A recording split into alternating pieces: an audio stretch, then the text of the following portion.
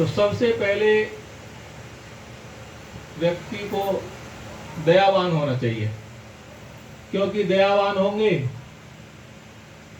तो धर्म अपने आप हो जाएगा। हमारे पेट में भोजन है और दूसरे के पेट में भोजन होना चाहिए, दया करेंगे तो धर्म अपने आप हो जाएगा।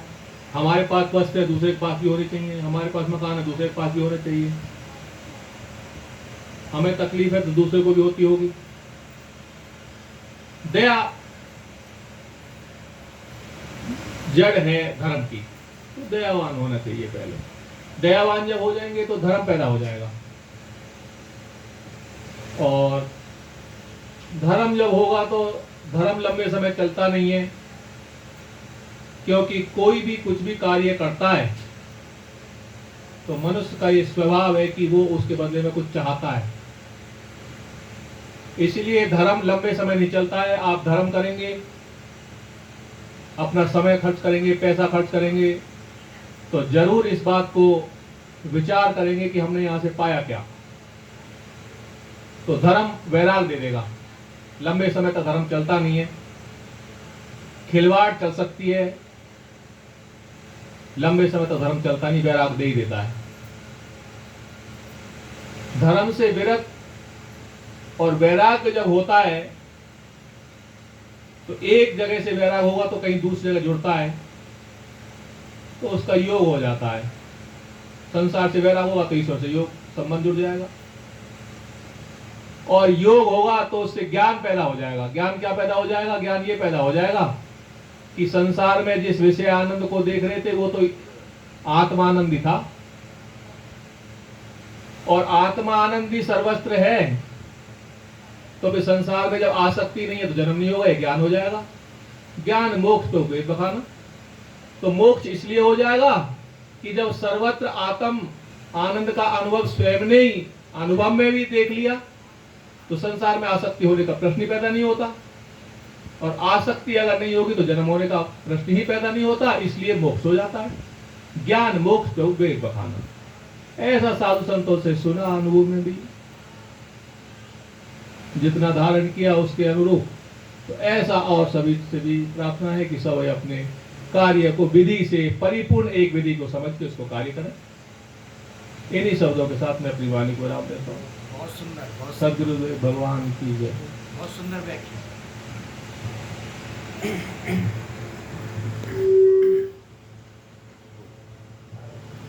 ये हमारे नवयुवक प्रवक्ता हैं। पकड़ेगा कैमरा।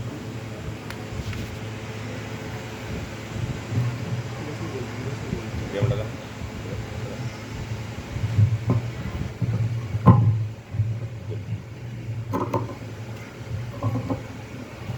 सभी संत जनों को प्रणाम, सभी आदरणीय जनों को प्रणाम करके मैं अपना छोटा सा वक्तव्य आरंभ करता हूँ। आज महाभारत के युद्ध के पश्चात श्री कृष्ण युधिष्ठिर जी से काम गीता का उल्लेख करते हैं। उस काम गीता के ऊपर मैं दो शब्द कहना चाहूँगा।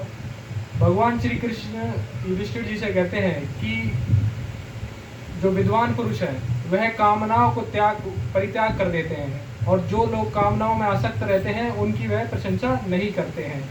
इसलिए कोई भी किसी भी बुद्धिमान मनुष्य को कामनाओं का त्याग कर देना चाहिए, यही मोक्ष का मार्ग है।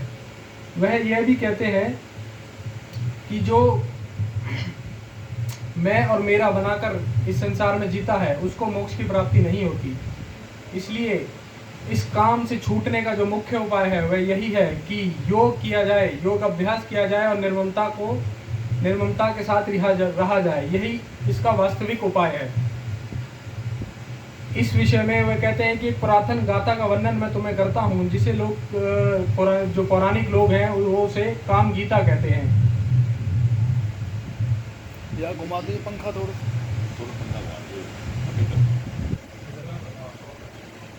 बस। जो कोई भी मनुष्य, जो कोई शूरवीर अपने अस्त्र शस्त्रों के द्वारा यह सोचता है कि मैं अपनी समस्त कामनाओं को पूर्ण कर लूंगा इन शस्त्रों के द्वारा, और मुझे मारने का प्रयास करता है अपने शस्त्रों के द्वारा, अपने बाहुबल के द्वारा, मैं उसके शस्त्रों में ही अभिमान रूप से प्रकट हो जाता हूँ, अतः वह मुझे नहीं मार पाता है। जो कोई व्यक्ति नाना प्रकार के इसे समझाओ, जैसे जैसे समझाओ ना इसको। जो कोई व्यक्ति जैसे कोई व्यक्ति नाना प्रकार के दान दक्षिणा आदि वाले यज्ञों के द्वारा मुझे मारना चाहे, मुझे जीत लेना चाहे कि इसके द्वारा अब मैं कामनाओं को जीत लूंगा, समस्त कामनाओं को जीत लूंगा, अब मेरे चित्त में कोई कामना नहीं रह जाएगी, वह व्यक्ति उस व्यक्ति के चित्त में वैसे ही उत्पन्न हो जाता हूँ उतनी सहजता से जैसे कि उत्तम जंगम योनियों में धर्मात्मा अर्थात ऊंची योनियों में कोई धर्मात्मा पुरुष, कोई साधु पुरुष उत्पन्न हो जाता है बड़ी सहजता से, और फिर इसी माया में उलझकर फिर पतित हो जाता है। उसी प्रकार मैं उसके चित्त में उत्पन्न हो जाता हूँ मैं काम, और वह भी मुझे नहीं मार पाता है। जो कोई पुरुष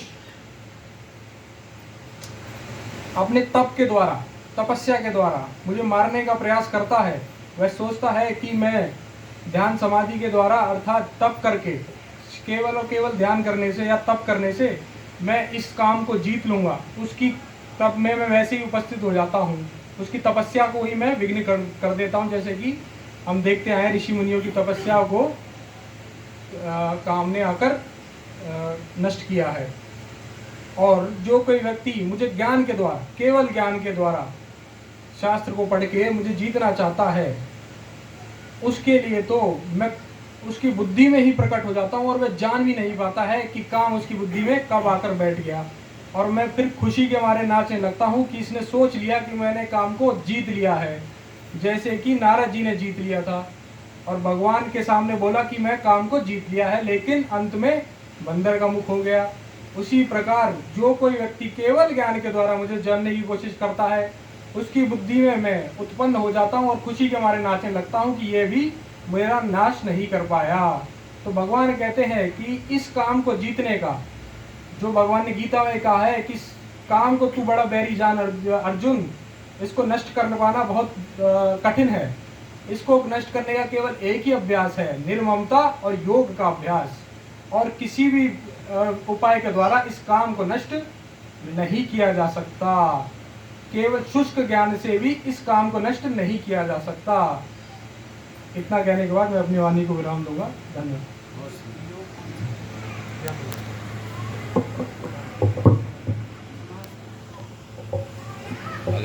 आगे बढ़े।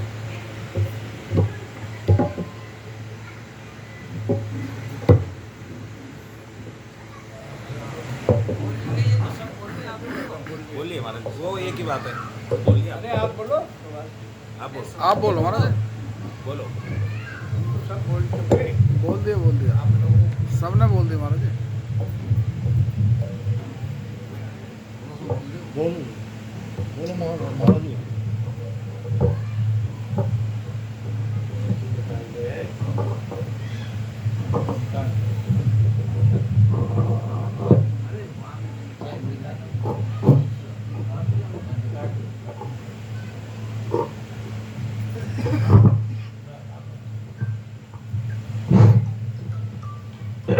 ओम ब्रह्मानंदम परम सुखदम केवलम ज्ञानमूर्तिः द्वंद्वातीतं गगन सदृशं तत्त्वमस्यादि लक्ष्यम् एकं नित्यं विमलमचलं सर्वधी साक्ष्यभूतं भावातीतं त्रिगुणरहितं सद्गुरुं तं नमामि, सद्गुरुं तं नमः। आदरणीय सभी संत जनों, सभी प्रेमी भक्त, माता बहनों, सबके लिए हार्दिक नमस्कार हो। थोड़ा सा हरि कीर्तन बोलो, सुस्ती सी आ रही है आपके चेहरों पर थोड़ी। ठाकुर हमारे रमण बिहारी, हम हैं रमण बिहारी के। ठाकुर हमारे रमण बिहारी, हम हैं रमण बिहारी के। साधु सेवा धर्म हमारा, कामन दुनियादारी से। साधु सेवा धर्म हमारा, कामन दुनियादारी से। कोई भला कहो बिहारी के कोई भला कहो चाहे बुरा कहो हमें हो गए रमन बिहारी के। ठाकुर हमारे रमण बिहारी हम है रमण बिहारी के। ठाकुर हमारे रमण बिहारी हम है रमण बिहारी के। साधु सेवा धर्म हमारा कामन दुनियादारी से। साधु सेवा धर्म हमारा कामन दुनियादारी से। कोई भला कहो चाहे बुरा कहो हम हो चुके रमण बिहारी के। कोई भला कहो चाहे बुरा कहो हम हो गए रमण बिहारी। गुरु हरिलाल की जय। आज बहुत अच्छी चर्चा चली। पंडित जी ने बहुत अच्छे जप यज्ञ तप यज्ञ स्वाध्याय सब पे चर्चा हुई, बहुत अच्छी चर्चा हुई। वेदांत पर भी चर्चा हुई। देखो भाई, मोक्ष के लिए सर्व दुखन की निवृत्ति परमानंद की प्राप्ति ये मोक्ष का स्वरूप है। लेकिन किसी प्रधानमंत्री मुख्यमंत्री या शंकराचार्य से मिलना हो तो पहले वे टोपावारे मिलते हैं। डीएम मिलो तो टोपावारे बैठे रहे तो उनको द्वारपाल कहते हैं पटवाई जी। पहले द्वारपाल से तो मिलना पड़ता है। सीधे सीधे परमात्मा से मिला भेटी नहीं होगी। पहले द्वारपाल 4 बतलाए हैं तत्वानुसंधान के चौथे परिच्छेद में। 4 द्वारपाल हैं। मोक्ष जिसको चाहिए उसको द्वारपालों से भेंट करनी पड़ेगी। अच्छा, अब एक फायदा है, जैसे अब यहाँ जैसे लोकलिटी में कोई अधिकारी जो है मोबाइल रखवा लेते हैं, आपकी जांच करते हैं। कोई आतंकवादी तो नहीं है। जब दुनिया भर की जांच पड़ताल के बाद आपको मुख्यमंत्री या प्रधानमंत्री तक पहुंचाया जाता है तो द्वारपाल एंट्री करेंगे आपकी। अच्छा, इन द्वारपालों में एक खासियत है। एक द्वारपाल से बात कर लो, 4 से हो गई, अलग अलग नहीं मिल रहा है। और द्वारपाल कौन कौन है? पहला द्वारपाल है सम, दूसरा है संतोष, और तीसरा है विचार, और चौथा है सत्संग। एक से बात कर लो, 3 अपने आप आ जाते, आपका रास्ता सुगम हो जाएगा। पहला द्वारपाल है सम। सम माने बराबर नहीं है, विचार सागर में आया है सम। सम किसको कहते? कल्याण सिंह जी, मन विषय ते रोकन। ये दौड़ दौड़ के विषयों में जा रहा है। मन विषय ते रोकनो समति कहत सुधीर, और इंद्रिय गण को रोकनो दम्भाकत बुद्धवीर। विद्वान पुरुष को दम कहते हैं। अच्छा, अब जब सम और दम आपने कर लिए तो विचार बढ़िया उठेंगे कि नहीं? फिर संतोष होगा कि नहीं? मैंने संतोषन काम नसाई, काम छतनर सपने सपनाई। और जब ऐसे विचार रहेंगे, संतोष रहेगा, समदम रहेंगे, तो वही आदमी सत्संग में जाएगा। नहीं मथुरा बहुत बड़ो है ना, 10-20 आदमी आए हैं तो वो फिर सत्संग में जाएगा। हो गए 4 द्वारपाल। एक से बात करने पर आपने एक सम द्वारपाल को भी अपना लिया तो आपका कल्याण हो जाएगा। अच्छा, दूसरा है संतोष। मैंने संतोष, अगर आप संतोषम फर्मुलाभ्यम, संतोष अगर आपने कर लिया तो विचार भी अच्छे उठेंगे, मन इंद्रियों पर भी कंट्रोल होगा और सत्संग में भी जाएगा। और अगर आपके बचपन से संस्कारवान परिवार में अगर जन्म लिया है तो विचार तो आपके अच्छे हैं, तो आप सम भी करोगे, संतोष भी करोगे, सत्संग में भी जाओगे। चौथा द्वारपाल सत्संग है। वो तो भाई तात स्वर्ग वर्ग सुख धैर्य तुला एक अंग, और तुलह न ताए सकल में जो सुख लव सत्संग। भाई लम्बात का सत्संग, आप लोगों के दर्शन पर्सन, ये सबसे बड़ा, ये 4 द्वारपालों में सुगमता है। जो सा एक से बात कर दो। अच्छा, अभी बात चर्चा चली थी, आपने कहा था शायद भाई साहब ने, धर्म से विरक्त, योग से ज्ञान। इसमें थोड़ा सा मेरा एक सुझाव है। जितना भी धर्म करता है आदमी, जितना धर्म करता, स्वर्ग तक की प्राप्ति धर्म से ही होती है। धर्म से विरक्त, और यहाँ विरक्त माने वैराग्य के, धर्म से वैराग्य होगा। और आगे कोई संत इसमें कोई परामर्श देंगे, मैं तो अपने विचार रख रहा हूँ। तो धर्म से अगर विचार सागर कह रहा है और भी शास्त्र कह रहे ब्रह्मलोक के भोग लो चाहे सबन को त्याग और वेद अर्थ ज्ञाता मुनि कहत ताहे बैराग। तो बैराग की श्रेष्ठता दिखाइए या धर्म से ज्यादा। धर्म से विकास होगा आपके गृहस्थ जीवन का। आप जितना धर्म करोगे धन बढ़ेगा धर्म से, और स्वर्ग तक की प्राप्ति, और वहाँ स्वर्ग तक दिव्य भोग के पुण्य चीने मृत्युलोक का विसर्जित कराना पड़ेगा। इसलिए धर्म से वैराग होता है। ये बात थोड़ी हमारी समझ में कम आई है। हमारा जो सुझाव है इसमें शब्द वही है, धर्म से विरत और वैराग से योग, और योग से मोक्ष तो क्रम बना हुआ है। लेकिन हमारा सुझाव है इसमें इसको अर्थ को योग कर लो। अगर संत सलाह दें तो बात कुछ नहीं है। कुछ लेखकों ने लिखा है कि धर्म से वैराग्य श्रेष्ठ है, और जिनको वैराग्य हुआ है वे धर्म और कर्म सबन ने छोड़ा है। स्वर्ग फुर्ग ने ब्रह्मलोक के भोगनो चाहे सबन को त्याग। तो अब वैराग्य श्रेष्ठ हुआ कि नहीं हुआ? तो धर्म से वैराग्य श्रेष्ठ है, और जब वैराग्य होगा तभी योग होगा। बिना वैराग्य के योग नहीं होगा। और जब योग श्रेष्ठ है तो फिर योग से तो मोक्ष, ज्ञान मोक्ष बखाना। इसमें मेरा एक सुझाव है पटवारी जी, वो आपको अच्छा लगे तो ग्रहण करना, नहीं तो आपको रटी रटाई बात तो सबको हमको रख रही है। हाँ, दूसरी आप मैं वेदांत का सार कहता हूँ, समय थोड़ा है। ब्रह्मसूत्र में, तीसरे ब्रह्मसूत्र में खंडानी के भाष्य में मैंने पढ़ाया वेदांत का सार क्या है। बहुत चर्चा चली, समय थोड़ा है, समय ओवर हो रहा है, सबको जाना है गंतव्य स्थान होकर। वेदांत का सार ये है, गीता भी कह रही है हमारी और रामायण भी कह रही है, श्रद्धा बिना धर्म नहीं हुई। वो बात घूम के फिर वही आएगी। बिना श्रद्धा के आप लोग पश्चिमाई तक और वहां तक जो भाग रहे पलवल से, तो आपका गुरु की भक्ति है, श्रद्धा है, तभी तो बरसी मन रही है। गुरु जी के संस्करण याद कर रहे, पूछवा रहे कि भाई गुरु जी ने क्या कहा क्या नहीं। तो श्रद्धा है आप लोगों के अंदर, तो श्रद्धा बिना धर्म नहीं हो। और गीता श्रद्धावान लवटे ज्ञानम, ठीक है ना। तो ये श्रद्धा रूपी तेल है, बात समझो। श्रद्धा रूपी तेल है, तेल कह लो चाहे घी कह लो। वो जो तुलसीदास जी ने ज्ञान रूपी दीपक बनाया है ना, वहाँ सदगुरु वैद्य वचन विश्वासा से लेके वो सारी चौपाई सोहम स्मृति वृत्ति अखंडा तक, समय नहीं है ज्यादा चौपाई बोलने का। शॉर्ट में बात कितनी, श्रद्धा रूपी तो तेल है भाई, ठीक। और इसके लिए बुद्धि रूपी आपका दीपक है। दीपक भी तो होगा तेल। जब आपकी श्रद्धा जगेगी, श्रद्धा होगी, तो बुद्धि रूपी दीपक में तेल डालो, है?